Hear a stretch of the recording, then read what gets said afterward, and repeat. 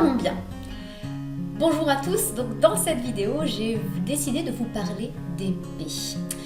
Alors j'ai choisi de vous illustrer à travers cette vidéo la démarche fonctionnelle en micronutrition, celle qui nous permet de conduire la consultation lorsque nous vous rencontrons lors des consultations de micronutrition. En fait, cette démarche fonctionnelle en micronutrition nous permet vraiment d'investiguer vos signes cliniques. Vraiment, c'est une véritable enquête. On va vous interroger sur vos symptômes, sur vos signes cliniques, afin d'une part de repérer les dysfonctions, les troubles dont vous souffrez, mais également de remonter à l'origine des causes de ces troubles. Et déterminer la cause est vraiment essentiel, puisqu'en micronutrition, c'est la cause que nous prenons en charge.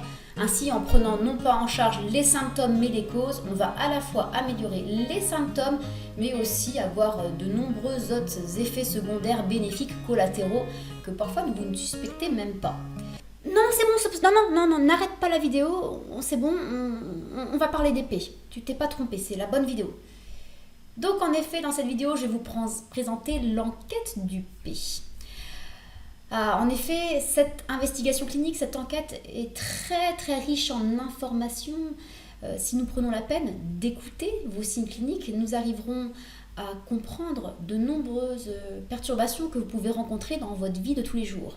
Par contre, c'est sûr, c'est une enquête quelque peu délicate puisque nous allons quand même plonger dans votre intimité. C'est un sujet qui est souvent tabou et qui est parfois du coup très difficile à introduire dans nos consultations.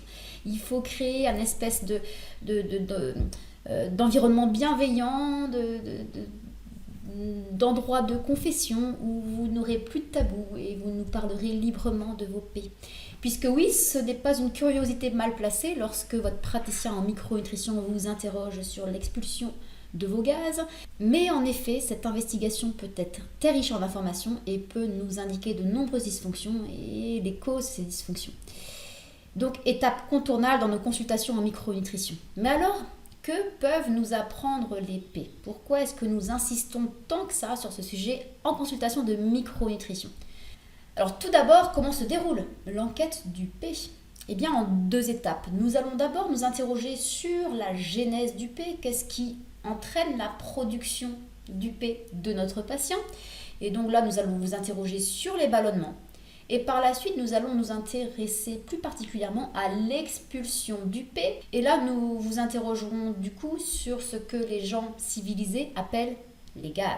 Alors, nous allons donc parler de l'enquête du P. Alors, cette enquête très riche en informations, qui est très importante en micronutrition, où nous devons absolument recueillir le ressenti du patient afin d'établir une bonne prise en charge. Donc on va d'abord investiguer la genèse des P, les ballonnements. Alors cette enquête est extrêmement riche en informations. Donc on va devoir vraiment enquêter à travers ces ballonnements. Donc tout d'abord on demandera au patient si oui ou non ces ballonnements sont présents. C'est pas toujours évident pour le patient puisqu'en effet parfois il saura pas trop s'il ballonne, soit parce qu'il ballonne pas beaucoup, soit parce qu'au contraire il a un peu ballonné toute la journée et donc il n'arrive plus trop à déterminer si ce sont des ballonnements ou pas, ou soit parce qu'il a une masse grasse viscérale importante et qu'il a l'impression d'être tout le temps ballonné, mais c'est pas forcément des ballonnements. À ce moment-là, ça peut être simplement une masse grasse importante. À ce sujet, je me souviendrai toujours d'un couple que j'interrogeais l'homme du coup sur ses ballonnements. Il me disait en avoir, que c'était pas très confortable, inesthétique, etc. Et donc je l'interroge et au fur et à mesure de son enquête, je commençais à douter un peu de la pertinence de ce ballonnement. Et juste quand je commence à me poser des questions, sa femme le coupe dans notre interrogatoire et lui dit « Mais chérie, t'es pas ballonné, t'es gros ». Et effectivement, donc après vérification, en ayant demandé au mari de s'allonger sur la table d'examen, après avoir vu et palpé son abdomen, on était obligé de constater que non, monsieur n'était pas ballonné, mais était en surpoids avec beaucoup de masse grasse viscérale. On comprend bien du coup que effectivement la prise en charge ne sera pas la prise en charge du microbiote, quoique le microbiote peut impacter la prise de poids, mais bon, en tout cas c'était pas un problème de microbiote, son périmètre abdominal n'est pas lié à un problème de microbiote. Donc effectivement on interroge sur la présence des ballonnements. Deuxième question très importante pour moi, c'est quand est-ce que vous ballonnez? Est-ce que c'est lié au repas? Est-ce que c'est après les repas? Oui, non. Peut-être que non. Si c'est pas lié au repas, est-ce que vous savez quel autre événement peut entraîner vos ballonnements? Souvent, quand c'est pas lié au repas, c'est souvent le stress. Donc si c'est le stress, il faudra bien sûr prendre en charge le stress. Si toutefois, effectivement, c'est lié au repas, on va aller plus loin dans cette question, on va lui demander combien de temps après le repas. S'il vous dit, oh, ça vient 2, 3, 4 heures après le repas, eh ben, ça veut dire que c'est le temps nécessaire aux aliments pour pas venir dans le côlon. Le côlon, donc vous savez qu'il fait suite à l'intestin grêle, qui lui-même fait suite à l'estomac. Eh bien, ce côlon, c'est le lieu de prédilection de votre microbiote. Qu'est-ce que c'est le microbiote? Eh bien, c'est l'ensemble des micro-organismes qui vivent dans votre intestin. Donc, ces micro-organismes, il y a les bactéries, dont on parle très souvent, mais il y a aussi des levures, des parasites et des virus. Donc, effectivement, il faut environ quelques heures, environ 3 heures, pour que les aliments que nous consommons aient le temps de sortir de l'estomac, de transiter à travers l'intestin grêle et de parvenir au côlon. Et donc, effectivement, au niveau du côlon, il y aura parfois des ballonnements. Il y en a toujours un petit peu, c'est tout à fait normal. Ces micro-organismes vivent dans notre intestin et fabriquent forcément un peu de gaz. Mais s'ils sont présents en quantité importante, effectivement, ça peut traduire une perturbation microbiotale, donc une perturbation de ce microbiote, au niveau du côlon, au niveau du lieu, on va dire, où le microbiote se trouve en grande quantité normalement, puisqu'effectivement, normalement, on a beaucoup plus de bactéries et de micro-organismes dans le côlon que dans l'intestin grêle, qui doit être relativement clean, relativement dépourvu de bactéries, enfin du moins, il y en a quand même beaucoup, mais beaucoup moins que dans le côlon. Donc déjà, s'il ballonne dans les 3 heures qui suivent, on sait que la perturbation cilia se situe au niveau du côlon. On a une dysbiose du côlon, si on veut, ou une candidose, enfin, en tout cas, ça se situe au niveau du côlon. Et si ça apparaît très rapidement après le repas, on va dire dans l'heure qui suit, parfois bien avant l'heure, j'ai même parfois des patientes ou des patients qui me disent qu'ils n'ont même pas le temps de se lever de table, ils sont déjà ballonnés. Donc là, effectivement, c'est une perturbation du microbiote bien plus haute, puisque en quelques minutes, quelques dizaines de minutes ou une heure, les aliments que nous consommons n'ont pas le temps de parvenir au côlon. Mais si ça entraîne déjà des gaz à ce moment-là, dans l'heure qui précède le repas, qui suit le repas, eh bien ça indique quand même qu'il y a un excès de micro-organismes dans l'intestin grêle. Là où normalement, si toutes les fonctions digestives sont optimales, il ne devrait pas y avoir de bactéries ou de levures en grande quantité. Donc en gros, si c'est dans l'heure qui suit, ça va plutôt orienter vers un déséquilibre du microbiote au niveau du grêle, on appelle ça un SIBO, la pullulation bactérienne du grêle, ou bien un SIFO, la pullulation fongique du grêle, quand ce sont des levures qui prolifèrent excessivement à l'intestin grêle. Donc c'est vraiment ce qui va distinguer la dysbiose du côlon et du grêle, c'est vraiment cette notion de timing après le repas. On peut aller plus loin et demander au patient où est-ce qu'il ballonne. Est-ce que c'est plutôt le côlon ascendant? Est-ce que c'est plutôt dans la fosse iliaque droite, on va dire, dans la fosse iliaque gauche, ou alors au niveau de l'estomac? Alors très souvent, il ne saura pas. Mais ça arrive qu'ils vous disent « Ah, c'est ici, très haut ». Il montre l'estomac, il pose sa main au niveau de l'estomac. Et là, ça va plus souvent indiquer effectivement un SIBO, un SIFO, c'est dès le début du grêle ou encore dans l'estomac, et peut-être même une origine d'hypochloridrie, donc d'insuffisance d'acide chlorhydrique dans l'estomac qui peut entraîner des ballonnements dans l'estomac. Donc ça peut déjà nous orienter effectivement sur plutôt une prolifération bactérienne ou fongique du grêle et peut-être sur une cause de cette prolifération qui peut être l'hypochloridrie, mais c'est un autre sujet que je ne développerai pas. Après, s'il vous montre la fosse iliaque droite, donc on est dans le côlon, dans le début du côlon ascendant, où siègent normalement les bactéries de fermentation. Donc ça va plutôt nous orienter vers une dysbiose de fermentation. Alors qu'est-ce que c'est une dysbiose de fermentation? Bien, on est dans le côlon, donc on est dans une dysbiose du côlon, mais ça correspond à la prolifération de bactéries de fermentation qui fermentent nos fibres alimentaires. Alors, elles se fermentent, donc elles produisent beaucoup de gaz. Mais par contre, ce ne sont pas des bactéries dangereuses, ce sont plutôt des bactéries amies, entre guillemets. Ça fait très cliché, mais ce n'est pas aussi binaire que ça, mais on va quand même, par souci de simplification, le simplifier de cette sorte. Ce Ce sont des bactéries amies, mais qui deviennent très désagréables lorsqu'elles prolifèrent en excès, par excès de synthèse de gaz, donc des ballonnements excessifs qui peuvent être très incommodants, parfois douloureux, parfois inesthétiques, donc parfois mal vécus. Et voilà, pouvant entraîner quelques dysfonctions, mais pas des dysfonctions graves pour notre santé, contrairement aux autres types de dysbiose. Donc c'est surtout très incommodant et ça peut faire parfois mal. Alors si le patient vous montre plutôt la fosse iliaque gauche, donc c'est plutôt à la fin du côlon descendant, eh bien c'est le lieu de prédilection des bactéries de putréfaction. Ces bactéries de putréfaction se nourrissent des protéines alimentaires, donc soit, parce que normalement les protéines alimentaires on les absorbe en amont, bien avant, au niveau de l'intestin grêle, donc si on a trop arrivé au niveau du côlon descendant, elles vont venir nourrir excessivement les bactéries de putréfaction qui adorent ça.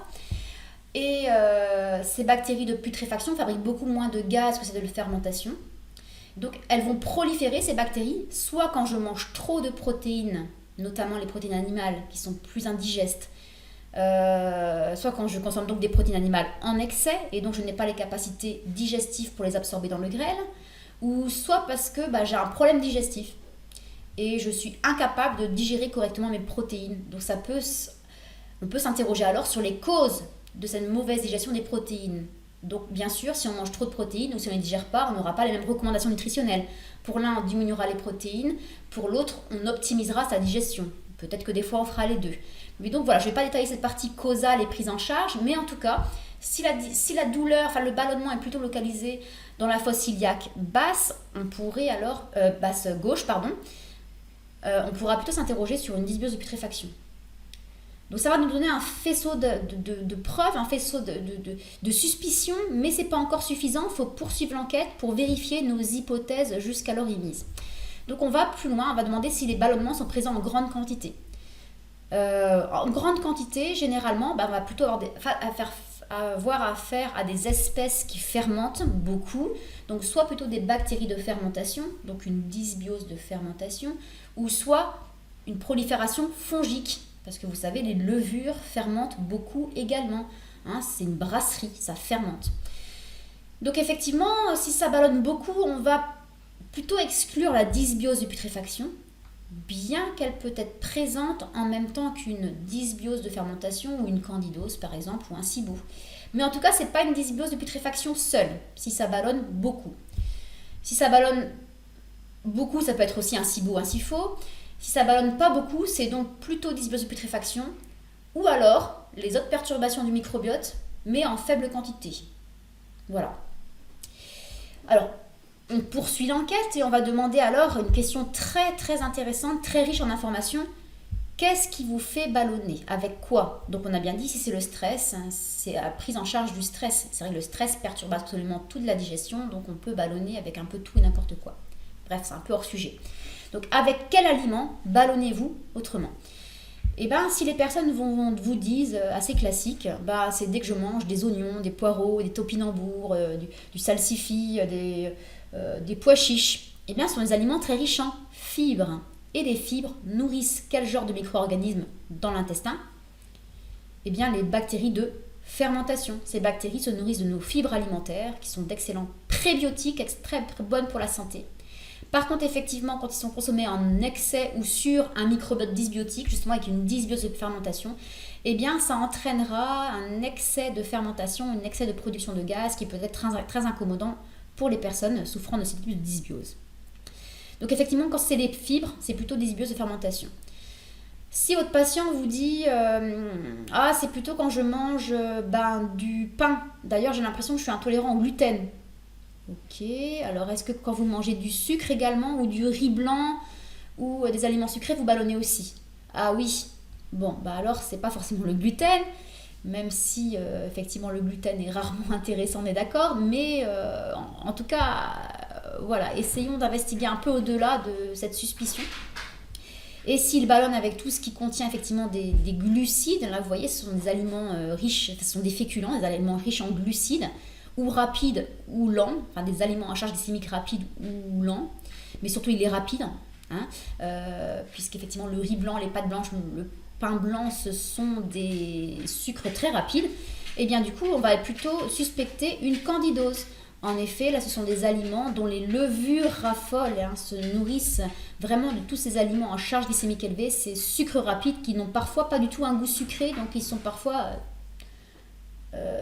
non identifiés par le patient comme étant des sucres. Donc voilà, là, j'irais plutôt là, dans ce cas-là vers une prolifération fongique, une candidose. Donc voilà pour l'investigation de la genèse des gaz. Donc on comprend déjà, on a déjà un faisceau de preuves, un faisceau de signes cliniques qui va déjà vous orienter plutôt vers un SIBO ou un SIFO, une candidose, une dysbiose de fermentation ou une dysbiose de putréfaction. On peut approfondir cette enquête du P en enquêtant sur l'expulsion du P, c'est-à-dire les gaz. Et donc là, on demandera au patient, est-ce qu'il pète? Est-ce que les gaz sont présents? Alors normalement, là, s'il vous répond non, vous pouvez mettre en doute tout ce qu'il vous a dit. Effectivement, tout le monde pète, c'est normal. Du coup, il faudra peut-être commencer par cette question-là, puisqu'en effet, quand ils vous disent que non, vous pouvez comprendre que vous ne pouvez pas lui faire confiance. Donc vous gagnerez du temps à vous rendre compte dès le début de l'enquête. Mais c'est un peu délicat de faire rentrer votre patient au cabinet et de lui dire « Bonjour monsieur, est-ce que vous pétez ?» Donc on l'amène progressivement, qu'il soit prêt à recevoir ce genre d'informations. Donc effectivement, si le patient a beaucoup de gaz, on peut suspecter qu'il y a plutôt une dysbiose qui entraîne beaucoup de fermentation. Donc on va aller plutôt vers dysbiose de fermentation, SIBO ou candidose, mais plus rarement vers la putréfaction. Quoique les gens qui ont une dysbiose de putréfaction, des fois ils ont l'impression de péter beaucoup, non pas parce qu'ils pètent beaucoup, mais parce que c'est très gênant. Alors, du coup, voilà, c'est une notion de sont-ils présents et surtout sont-ils présents en grande quantité. Donc, j'ai détaillé un petit peu les informations qui en découlent. Et voilà, pourquoi est-ce que c'est très gênant d'avoir une dysbiose de putréfaction? Parce que quand on pète, ça pue. Et c'est parfois très délicat. Alors, c'est individu dépendant, cette notion de délicatesse. Je me souviens d'ailleurs d'un patient qui me disait « Ah bah ouais, moi... ça dépote, c'est odorant, mais ça ne me gêne pas. » J'ai rigolé parce que c'est pas habituel d'entendre ça. Oui, c'est très odorant, mais ça ne me gêne pas. Du coup, je l'interroge un peu plus loin. Je dis « Ah bon, et pourquoi ?» Je travaille en maison de retraite et donc quand je pète, on croit tout le temps que c'est la petite mamie à côté de moi. Donc voilà, mais généralement, les gens qui ont des gaz odorants sont plutôt très mal à l'aise. Et d'ailleurs, cette question les met très mal à l'aise. D'où l'importance de mettre le patient en confiance dans votre consultation et de ne pas rentrer trop dans le vif du sujet et de lui faire comprendre que vous avez vraiment besoin d'avoir des réponses pertinentes pour pouvoir vraiment faire votre enquête. Sinon, vous allez vous baser sur des symptômes faux. Comment pouvez-vous déterminer les vraies dysfonctions et les vraies causes? Donc c'est vrai que, par exemple, encore une fois, j'ai beaucoup d'exemples dans le cas clinique un peu rigolo, dans l'investigation des P, dans l'anamnèse du pot. Une patiente qui effectivement on voit tout de suite les gens qui sont à l'aise ou mal à l'aise, et je voyais bien qu'elle n'était pas très à l'aise avec ces questions, même si j'avais essayé de la préparer à ces questions, de lui expliquer. Et du coup, quand je lui demande si elle a des gaz odorants, elle me dit que non. Donc voilà, du coup, quand il n'y a pas de gaz odorant, normalement on exclut la présence d'une dysbiose de putréfaction, normalement. Donc en tout cas, j'avais pas mis vraiment de dysbiose de putréfaction en évidence. Et donc à la deuxième consultation, quand je refais un point, et puis elle se confesse. Elle me dit, Madame Abéguilé, faut que je vous raconte, depuis le dernier rendez-vous, je me suis rendu compte qu'en fait, quand j'ai des gaz, ils sont odorants. Bien sûr qu'elle s'en était rendue compte bien avant, mais elle n'était pas encore prête pour se confesser et certainement que c'était de ma faute, je n'avais pas dû la mettre suffisamment à l'aise et vérifier effectivement si j'arrivais à recueillir les bonnes informations. Donc en effet, attention à ce genre de questions. Alors si vous avez un couple en face de vous lors de la consultation et que vous posez la question à l'un des deux partenaires, au moment de recueillir la réponse, jetez toujours un coup d'œil sur le partenaire. Il est loin d'être rare d'avoir la personne interrogée, donc le patient, dire et de voir son partenaire faire. Donc là, on l'écoute et on coche oui. Donc voilà, vous voyez, du coup, grâce à l'enquête du P, on peut suspecter si le patient souffre plutôt de candidose, de SIBO, de dysbiose, et si c'est une dysbiose, de putréfaction, de fermentation. C'est très important, puisqu'en fonction du type de perturbation microbiotale, on cherchera des causes différentes et donc des prises en charge différentes. Donc l'enquête du P, c'est vraiment une super enquête parce que ça vous permet de suspecter les perturbations du microbiote. T'as vu Elsa, j'ai bien rajouté le deuxième O de microbiote cette fois. Et donc après, par la suite, en effet, il faudra déterminer les causes et les prendre en charge, comme je viens de vous le signaler, désolé pour la répétition. C'est vraiment une enquête qui est capitale pour moi, qui est vraiment au cœur de la consultation en micronutrition, parce qu'une perturbation du microbiote va impacter absolument toutes les fonctions de votre organisme. En effet, le microbiote influence sur vos fonctions digestives. Ça paraît assez évident pour tout le monde. Si j'ai pas un bon microbiote, peut-être que c'est parce que je ne digère pas bien, donc il est victime de la mauvaise digestion. Mais aussi, ça va aggraver ma digestion parce que c'est le microbiote qui termine absolument la digestion d'absolument tous les nutriments. Vraiment, la fin de la digestion se situe au niveau du microbiote. Une perturbation du microbiote va également impacter sur les fonctions de détoxication parce que quand j'ai un mauvais microbiote, ce microbiote va synthétiser de mauvaises molécules, des toxines qu'on les appelle pour le coup, qui vont être absorbées par mon organisme, véhiculées au niveau du foie, ce grand maître de la détox. Et donc le foie va être pollué de l'intérieur avec les toxines même de mon microbiote. Et donc j'aurais beau avoir un mode de vie super clean, à faire attention à ce que j'utilise dans ma maison, à ce que je me mets sur la peau, à ce que je mange, et bien si effectivement je ne digère pas ou j'ai une perturbation du microbiote, je vais pouvoir avoir une surcharge hépatique. De la même façon, le microbiote va influencer mes fonctions immuno-inflammatoires et ceci vraiment avec une relation très étroite. Par exemple, une dysbiose de putréfaction va plutôt favoriser un terrain inflammatoire, tandis qu'une candidose va plutôt favoriser un terrain plutôt allergique, pouvant par exemple entraîner de l'eczéma, de l'asthme, etc. De la même façon, le microbiote peut influencer vraiment nos fonctions métaboliques. Il y a pas mal d'études qui montrent qu'en fonction de la nature du microbiote, on va être plus vulnérable à la prise de poids ou pas. Et de la même façon, une dysbiose de putréfaction, par exemple, peut aller perturber le fonctionnement thyroïdien, qui fait partie à la fois des fonctions hormonales et métaboliques d'ailleurs. Donc ça va perturber mes hormones thyroïdiennes, la communication, le signaling des hormones thyroïdiennes. C'est un véritable cercle vicieux parce qu'une hypothyroïdie entraîne des dysbioses en altérant la digestion.